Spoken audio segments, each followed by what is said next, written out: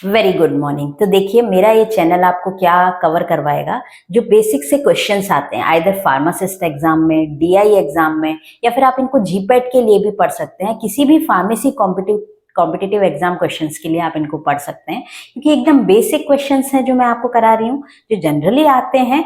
रोज हम 5-5, 10-10 क्वेश्चंस करेंगे, है ना। और एक चैप्टर के कोई पूरे क्वेश्चन, फिर दूसरा चैप्टर स्टार्ट करेंगे। तो आप वीडियोस को लाइन वाइज लाइन देखिए, केवल स्टैटिक्स नहीं, आज मैं स्टैटिक्स करा रही हूँ, बट अलग अलग सब्जेक्ट के मैं क्वेश्चंस लेके आई हूँ। तो आप डेफिनेटली देखिए, रैंडमली देखिए, इसको 5 मिनट का वीडियो देख लिया तो आपके धीरे धीरे क्वेश्चंस कवर होने लग जाएंगे। तो चलिए आज हम शुरू करते हैं फार्मास्यूटिक्स से।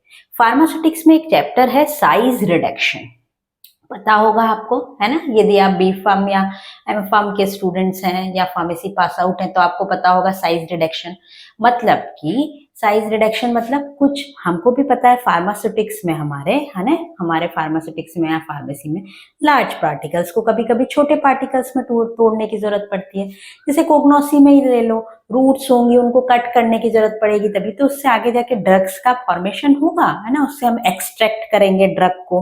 कुल मिला के लार्ज साइज को लार्ज पार्टिकल्स को छोटे पार्टिकल्स में तोड़ने को क्या बोला इन्होंने, साइज रिडक्शन।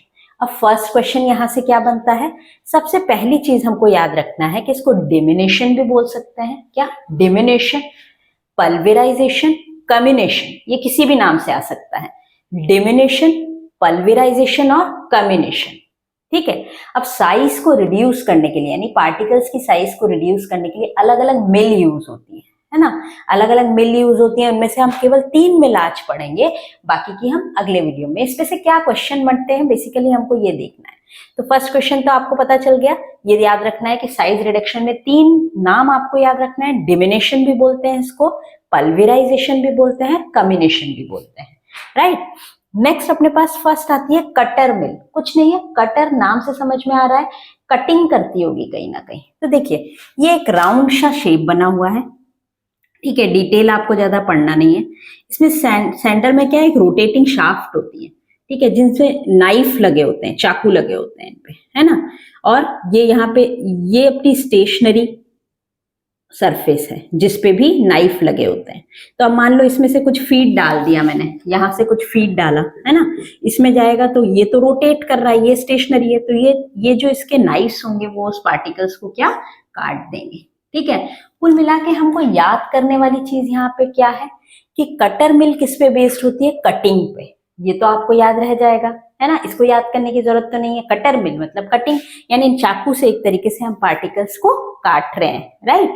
लेकिन ये किस मटेरियल के लिए यूज किया जाता है, ये क्वेश्चन कभी कभी आ जाता है। तो ये जनरली फाइब्रस और टफ मटेरियल के लिए यूज किया जाता है। टफ यानी हार्ड है जो, जैसे फाइब्रस जैसे रूट हो गई अपनी, ठीक है। टफ मटेरियल जैसे वुड हो गया, है ना, वुड टफ होता है। तो आपको एक वर्ड याद रखना है, फाइब्रस मटेरियल के लिए यूज किया जाता है, ये ज्यादा इंपॉर्टेंट है। तो यहां से कौन कौन से क्वेश्चन बने, कटर मिल साइज रिडक्शन में यूज होती है, फर्स्ट क्वेश्चन।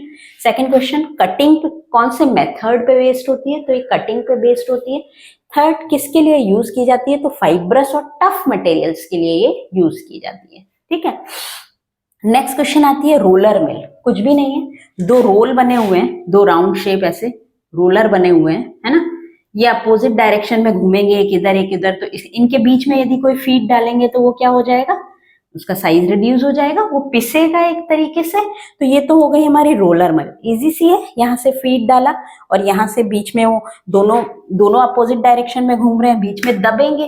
तो अब यहाँ क्या क्वेश्चन बैठ सकता है, रोलर मिल किस मेथड पे बेस हो रही है। तो अब ये बीच में पार्टिकल्स प्रेस हो रहे हैं, तो उसको क्या बोलते हैं, कंप्रेशन। यानी रोलर मिल किस मेथड से पार्टिकल साइज को रिड्यूस करती है, कंप्रेशन मेथड से। तो इसके लिए फर्स्ट क्वेश्चन क्या हो गया, कंप्रेशन मेथड। रोलर मिल के लिए आप याद रखेंगे कंप्रेशन मेथड, ठीक है। कंप्रेशन मेथड जनरली ये किसके लिए यूज किया जाता है, देखो सीड्स जो होते हैं किसी भी चीज के, है ना, मूंगफली के हो गए, ग्राउंड नट हो गए, या कोई भी सीड्स हो गए, सनफ्लावर सीड्स हो गए, ग्राउंड नट हो गए, कुछ भी हो गए, जो सीड्स होते हैं उनसे ऑयल निकालना है मुझे। ऑयल निकालने के पहले उनको प्रेस करके उनको तोड़ना पड़ता है। तो cracking seeds before extraction, extraction का मतलब तो आप लोग समझते हैं ना, मतलब उस पर्टिकुलर सीड में से एक्सट्रैक्ट कर लेना, ऑयल को निकाल लेना। उससे पहले उन सीड्स को तोड़ना पड़ेगा, है ना। तो उनके उसके लिए क्या यूज की जाती है, रोलर मिल। तो यहाँ पे 3 क्वेश्चन आपके बैठे, रोलर मिल, है ना, साइज रिडक्शन का एक प्रोसेस है। सेकंड क्वेश्चन क्या बैठा, किस पे बेस्ड है, कंप्रेशन पे बेस्ड है। थर्ड क्वेश्चन क्या बैठा, ये जनरली किसके लिए यूज होता है, क्रैकिंग सीड्स बिफोर एक्सट्रैक्शन, ठीक है, यानी सीड्स को क्रैक करने के लिए यूज होता है, सीड्स को तोड़ने के लिए यूज होता है, ठीक है। ये 3 क्वेश्चन यहाँ बैठे। देखिए यहाँ पे आपके कितने सारे क्वेश्चन कवर हो रहे हैं, लगभग 10-12 क्वेश्चन कवर हो रहे हैं, ठीक है। बट यदि लार्ज रोलर मिल आ जाती है कभी कभी, है ना, यदि आपके पास ऑप्शन में कंप्रेशन नहीं दिखता है और लार्ज रोलर मिल दिखती है, या रोलर मिल ही दिखती है, लार्ज नहीं तो रोलर मिल ही दिखती है, बट ऑप्शन में यदि कंप्रेशन नहीं दिखता है तो आपको ऑप्शन में दिखेगा एट्रीशन। एट्रीशन मतलब एक दूसरे से रब करना। अब जैसे ये फीड कर रही हूँ तो ये इसकी सरफेस से रब हो रहे हैं पार्टिकल्स और घिस रहे हैं और एक तरीके से टूट रहे हैं। तो याद रखिएगा, यदि कंप्रेशन ऑप्शन में नहीं हो तो आपको क्या ऑप्शन लगाना है, एट्रीशन। यानी रोलर मिल किस मेथड पे बेस्ड होती है, यही क्वेश्चन आता है। कंप्रेशन पे बेस्ड होती है, यदि कंप्रेशन ऑप्शन में नहीं होगा तो आप क्या लगाएंगे, एट्रीशन लगाएंगे। तो ये अपने 2-3 क्वेश्चन यहाँ पे कवर हो गए। नेक्स्ट है हैमर मिल, नाम से समझ में आ रहा है, हथौड़ा, यानी बीट बीट के किसी पार्टिकल्स को तोड़ा जाता है। पूरी मिल होती है इसकी, है ना। ये मान लो एक रोटेटिंग शाफ्ट है, इस पे बहुत सारे हैमर लगे हुए हैं, हथौड़े लगे हुए हैं। इस पे जब कुछ फीड करूंगी तो वो ये घूमेगा और उन फीड्स को क्या करेगा, तोड़ेगा, है ना, बीट कर करके तोड़ेगा। तो अब क्या होगा, इम्पैक्ट पड़ रहा है इसके ऊपर, इम्पैक्शन हो रहा है इसके ऊपर। तो क्वेश्चन यहीं से बढ़ता है कि हैमर मिल किस मेथड पे बेस्ड है, तो इम्पैक्शन। किस पे बेस्ड है, इम्पैक्शन, नाम याद रखिएगा। कटर मिल कटिंग पे बेस्ड है, बहुत इंपॉर्टेंट है ये सब। रोलर मिल कंप्रेशन पे बेस्ड है, यदि कंप्रेशन ऑप्शन में नहीं आता है तो एट्रीशन पे बेस्ड है। हैमर मिल खुद अपन बोल रहे हैं हथौड़े से तोड़ रहे हैं, इम्पैक्ट पड़ रहा है, इसलिए किस पे बेस्ड है, इम्पैक्शन पे बेस्ड है। ये लगभग सभी मटेरियल्स के लिए यूज होती है, कौन सी, हैमर मिल। लेकिन आपको पता है ये स्टिकी मटेरियल को लिए यूज नहीं होगी। स्टिकी मटेरियल होंगे तो ये क्या होंगे, ये जो हैमर है उनसे चिपक जाएंगे, राइट। तो स्टिकी मटेरियल और एब्रेसिव, एब्रेसिव समझते हैं, जैसे स्क्रब होता है अपना, अपन स्क्रब करते हैं ना, तो एब्रेसिव सरफेस होती है, रफ सरफेस होती है उसकी, तो उनके लिए यूज नहीं होता है, और स्टिकी मटेरियल के लिए। बाकी सबके लिए हम हैमर मिल यूज करते हैं। आपको इतना नहीं भी याद रह पाए तो आपको इतना सा याद रखना है कि हैमर मिल किस पे बेस्ड होती है, इम्पैक्शन पे बेस्ड होती है। तो देखिए आपके यहाँ कम से कम 10-12 क्वेश्चन कवर होते हैं। ऐसे ही मैं रोज कवर करवाऊंगी। साइज रिडक्शन का चैप्टर खत्म नहीं हो जाता तब तक साइज रिडक्शन के क्वेश्चंस कवर करवाऊंगी।